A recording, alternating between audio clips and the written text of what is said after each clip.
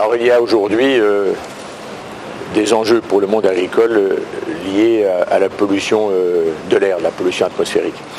Et nous avons identifié avec les associations agréées de surveillance de la qualité de l'air, le réseau ATMO, qui est présent sur tout le territoire national, et évidemment avec une fédération nationale et des instances régionales, nous avons avec le réseau ATMO une nécessité aujourd'hui clairement identifiée, et je dirais même une nécessité absolue de travailler ensemble. Pourquoi ? Parce qu'on va pouvoir associer deux réseaux d'expertise, de connaissances scientifiques, techniques, qui permettent d'avoir un socle de connaissances et un partage pour observer et surtout rechercher en toute objectivité des solutions à travers ce partenariat.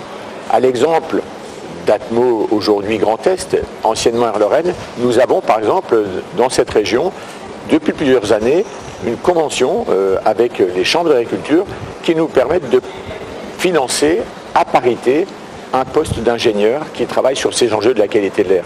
Et la profession agricole a bien compris que plutôt que d'être fustigée ou montrée du doigt dans les enjeux du dialogue sociétal, du rapport qu'entretiennent notamment les médias avec la profession agricole qui est aujourd'hui, me semble-t-il, trop systématiquement ou trop facilement montrée du doigt, eh bien, c'est de regarder quels sont les enjeux. Parce que les enjeux de pollution, ils varient en ce qui concerne le monde agricole selon les régions, selon les productions, selon la météo et selon les périodes de l'année. Quand nous sommes au printemps, on a souvent, notamment autour de l'élevage, des pollutions liées à l'ammoniac. Quand on est dans la période de l'été, c'est plutôt l'agriculture qui est victime, qui peut être victime, en raison de forte chaleur, des pollutions liées à l'ozone. Mais on a aussi les microparticules et l'enjeu des produits phytosanitaires. Comment on traite mieux, comment on est, je dirais, avec des outils qui sont techniquement plus précis. Comment on travaille la couverture végétale plutôt que de laisser, je dirais, la terre à nu. Voilà. C'est tous des enjeux, et ces enjeux-là, pour progresser, pour améliorer la connaissance, nous avons besoin de ces capacités d'expertise, qui sont des expertises également scientifiques, qui permettent de travailler en toute objectivité et d'amener la profession agricole à modifier des pratiques, à améliorer ses outils, à améliorer ses techniques, mais également, il faut le dire, et c'est aussi important parce que l'agriculture est une puissance économique exportatrice à la fois pour évidemment les agriculteurs eux-mêmes, qui sont un certain nombre, depuis 2 ou 3 ans, en grande difficulté, mais c'est également un des vaisseaux amiral les plus productifs, les plus contributeurs de la richesse économique de notre pays.